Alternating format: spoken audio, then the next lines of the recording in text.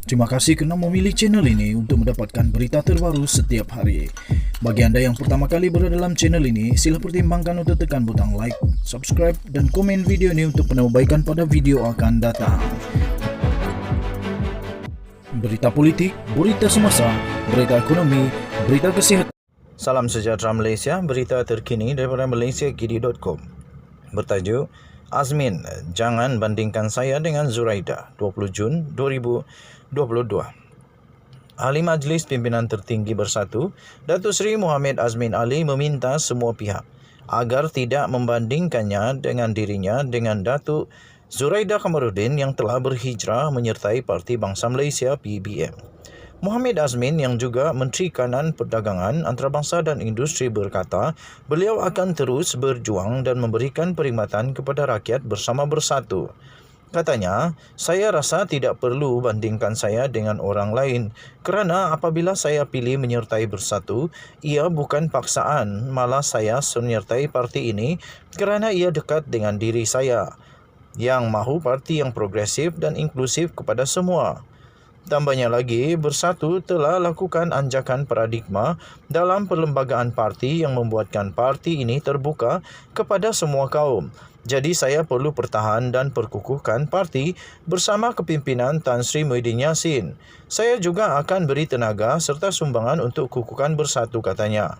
Tambahnya lagi dalam kenyataan tersebut, saya juga yakin dengan dasar-dasar yang dibawa oleh Bersatu sehingga boleh membantu negara keluar daripada kumulut dan krisis kesihatan, ekonomi serta politik akan membuatkan parti ini diterima rakyat pada pilihan raya nanti.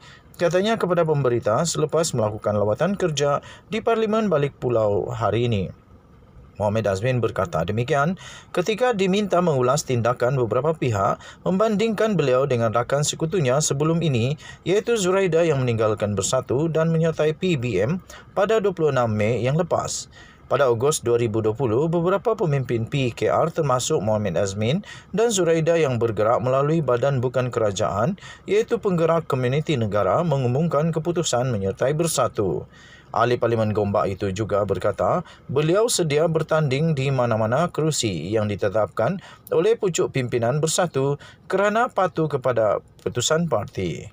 Sekian berita, salam sejahtera Malaysia. Kita jumpa lagi pada berita-berita yang akan datang. Jangan lupa tekan butang subscribe, like dan share.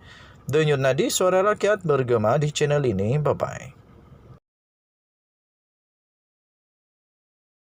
Terima kasih kerana memilih channel ini untuk mendapatkan berita terbaru setiap hari. Bagi anda yang pertama kali berada dalam channel ini, sila pertimbangkan untuk tekan butang like, subscribe dan komen video ini untuk penambahbaikan pada video akan datang. Berita politik, berita semasa, berita ekonomi, berita kesihatan.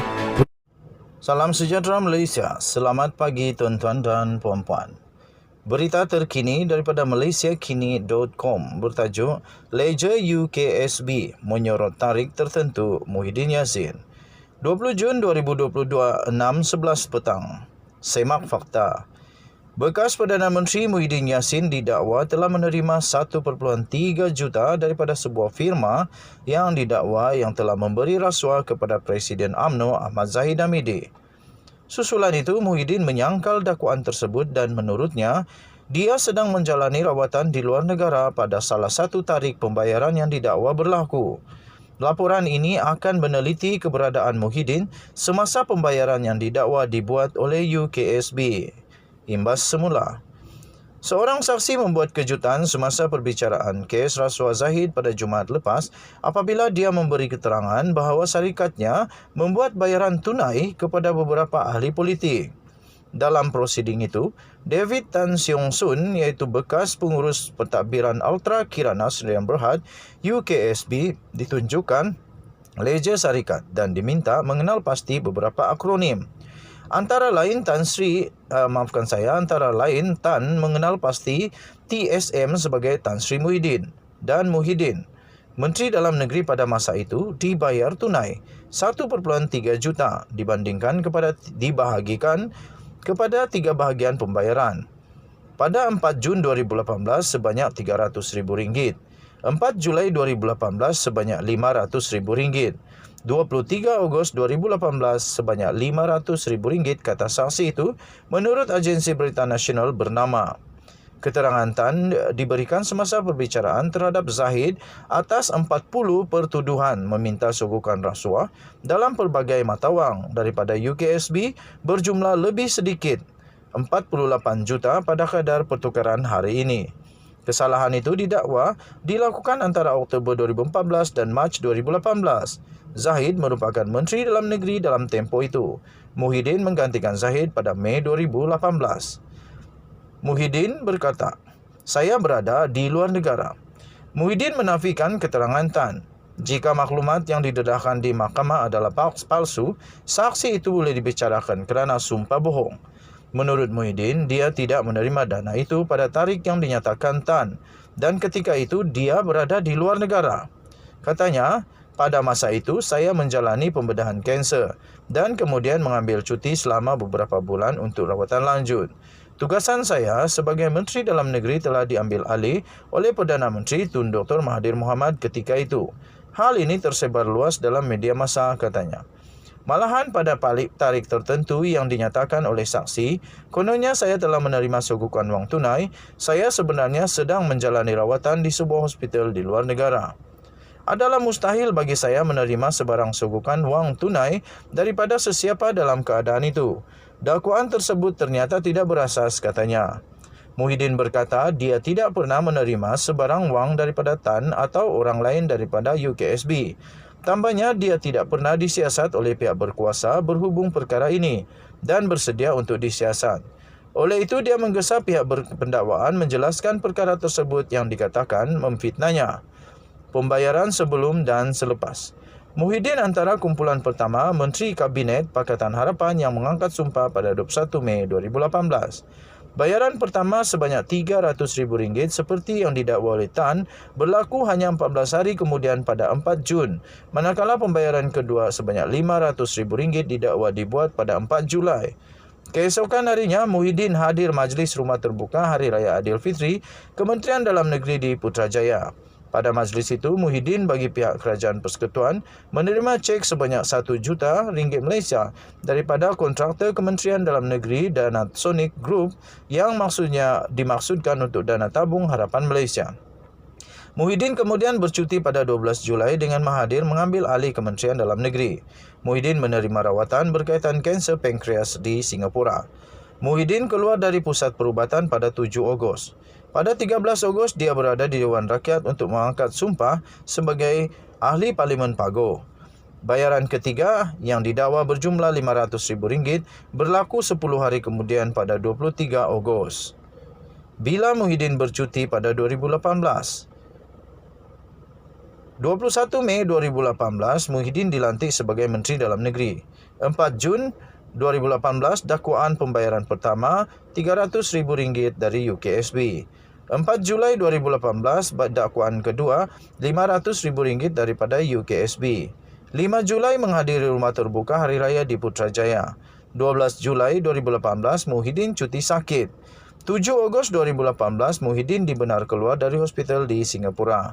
11 Ogos 2018, PM Umum Muhyiddin akan kembali bertugas. 13 Ogos 2018, Muhyiddin angkat sumpah sebagai anggota Parlimen. 23 Ogos 2018, dakwaan bayaran ketiga RM500,000 daripada UKSB. Tarikh tidak pasti. Muhyiddin dalam kenyataannya berkata, semasa tarikh tertentu yang didakwa berlaku pembayaran itu, dia sedang berada di luar negara untuk menerima rawatan. Dia tidak menyatakan secara khusus tarikh yang mana antara 3 tarikh yang telah disebutkan oleh Tan sebagai tarikh yang dimaksudkannya. Malaysia kini telah menghubungi pejabat Muhyiddin untuk mendapatkan penjelasan mengenai tarikh tertentu. Pada masa artikel ini ditulis, tiada sebarang maklum balas diterima. Semakan awal ke atas arkib media tempatan dan Singapura gagal mengesan laporan bahawa Muhyiddin berada di luar negara pada tarikh tersebut. Bekas Presiden UMNO Najib Razak pula menyoal kekaburan yang menyelubungi tarikh tertentu dan menulis mengenainya 2 kali di laman Facebooknya. Menurut Najib, Muhyiddin berbohong tentang dia tidak berada di dalam negara pada 3 tarikh tersebut. Katanya sebab Muhyiddin belum menjawab selepas timeline jelas menunjukkan dia membohong bahawa dia tidak berada dalam Malaysia pada tarikh dia didakwa terima sogokan. Kita minta Ketua Penerangan Bersatu Wan Saiful Wanjan merangkap penulis buku manifesto bukan kitab suci untuk memberi penjelasan. Kata Najib, buatlah kerja. Ketua Penerangan tak mau terangkan ke? Asyik membisu je, tanya Najib di laman Facebooknya semalam.